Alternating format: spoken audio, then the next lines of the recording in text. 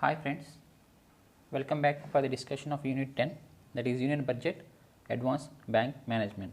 Yesterday we have seen Unit 9, today we are going to see Unit 10. While reading I found some of the important questions which may be useful for you as well. So keeping that in mind, I have framed some questions. I hope this video will help you in our Caiib exam. Let us see the first question. Which of the following budget is included in the Union budget from 2017 to be presented at the same time? So, as we know that the Union budget will be declared separately, and also the other budget like railway budget also declared separately on different sessions, but in the month of February like so. But they do not want to make it as a separate, so they want to make club each other and get presented on the same day. That is, the budget is nothing but railway budget. They want to include that in the same budget of Union, not to have separate date for the presentation. So, the answer is railway budget. The next question, revenue receipts are classified into two types, namely. So, generally the revenue receipts are classified into two types, that is tax revenue and non-tax revenue. The answer is both. One more important thing friends, in this unit you will definitely have a question carrying 5 marks. That too you will be there will be one table, given table like this tax revenue, non-tax revenue items, all this will be given. You need to understand it and know the formulas in this unit. One more important thing is you must know the formulas to crack this Caiib exam. So, definitely you will have 5 marks question in this unit. 5 marks case study question, 5 marks definitely. So, the question is revenue receipts are classified into two types, that is namely tax revenue and non-tax revenue. Third question, what are the items that comes under the tax revenue receipts? As we know that revenue receipts are classified into tax revenue and non-tax revenue. So, there are some items which comes under the tax revenue receipts. This tax revenue receipts contains corporate tax, income tax, customs, and all the things have been covered in this tax revenue receipts.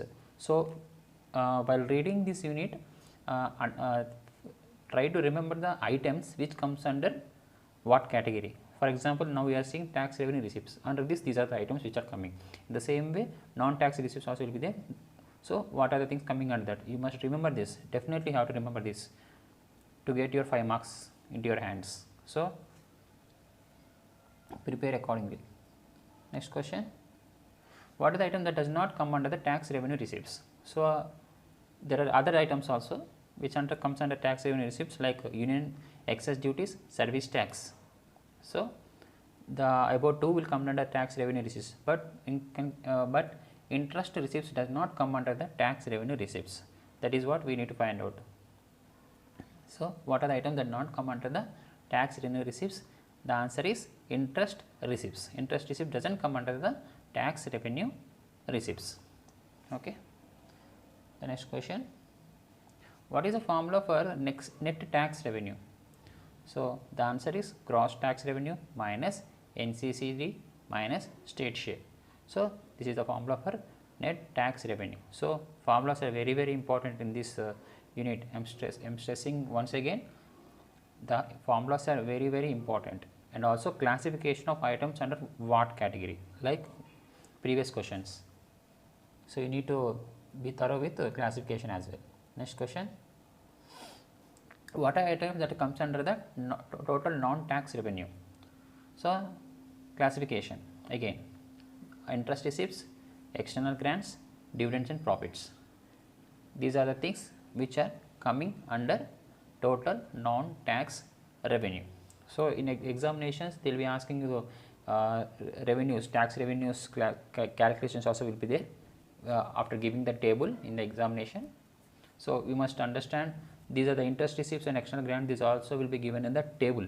So, you must identify what are the items that come under tax revenue and the non-tax revenue. Accordingly, you need to go for calculation. So, that is the reason why I am telling, please read the items under each category. So, next question, what are the items that are included in the revenue expenditure? So, this revenue expenditure is one of the question definitely in the examination. or capital expenditure. In the, either or two, one question will be there. So, what are the items that are included in the revenue expenditure? Grants to the foreign government, subsidies, postal, deficit. So, these are the three items which are falling under revenue expenditure. So, the answer is all the above. So, as options are not sufficient for me here, so I am including only few. I request you to read the remaining items which are coming under revenue expenditure in the same way the other questions also, because for your understanding sake how the what are the important that we need to follow, I am stressing here and also telling that to read others as well. So, please be prepared for this type of question. And one more question. What are the items that are included in the capital expenditure? Previously, you have seen the revenue expenditure, and we are seeing the capital expenditure. Defense, other non-planned capital outlay, loan to the public enterprises. So, these are the items will be given in the examination in the form of table, but no need to worry. But you need to be in a position to understand which are the following items come under which are category. So, I keep on telling once again and again, because it is a definite question of 5 marks in the examination. Definite question of 5 marks in the examination. You must be very thorough regarding this items classification. So, the answer is defense, other non-planned capital outlay, loan to public enterprises, and all the above. Next question. The excess of revenue expenditure over revenue receipts, generally what we call it as? The excess of revenue expenditure over revenue receipts, we call it as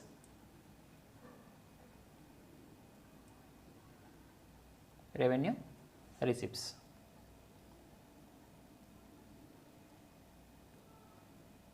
Next question. The difference between the gross fiscal deficit and net lending, we call it as? The difference between the gross fiscal deficit and net lending, we call it as net fiscal deficit. So, the difference between the gross fiscal deficit and net lending, we call it as net fiscal deficit. So, very important here these formulas. The difference between the gross fiscal deficit and net lending, we call it as net fiscal deficit. Next question. The difference between the gross fiscal deficit, now it is a gross fiscal deficit, and interest payments. Interest payments, when interest payments is coming, it is called as gross primary deficit. The difference between the gross fiscal deficit and interest payments is called as gross primary deficit.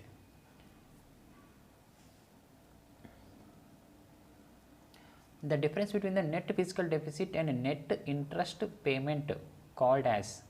So, the difference between net fiscal deficit and net interest payments called as net primary deficit. See, to remember this formula, if there is any interest payments, it straight away goes to the primary deficit.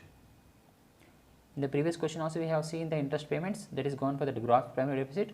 Now, we are seeing the net interest payments, that is related to the net primary deficit. That means, whenever the difference between the fiscal deficit and interest payments is coming, it automatically goes to the primary deficit, whether it is net or gross.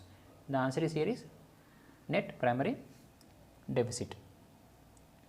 What is the full form of NCCD?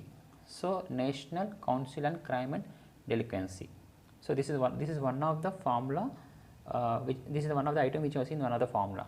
So, NCCD is nothing but National Council on Crime and Delinquency. So, these are the questions which I found in this unit. Hope you liked the questions. And moreover, after completion of this entire module, I will start preparing these case studies wherever possible. Thank you.